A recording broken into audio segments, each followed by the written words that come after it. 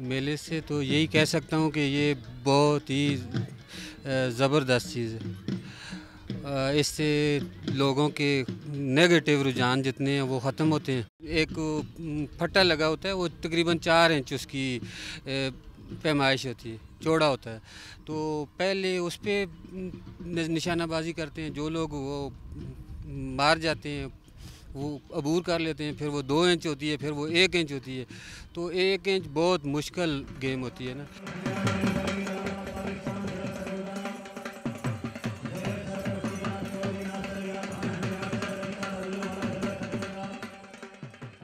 ये बेहद मेहनत तलब काम है।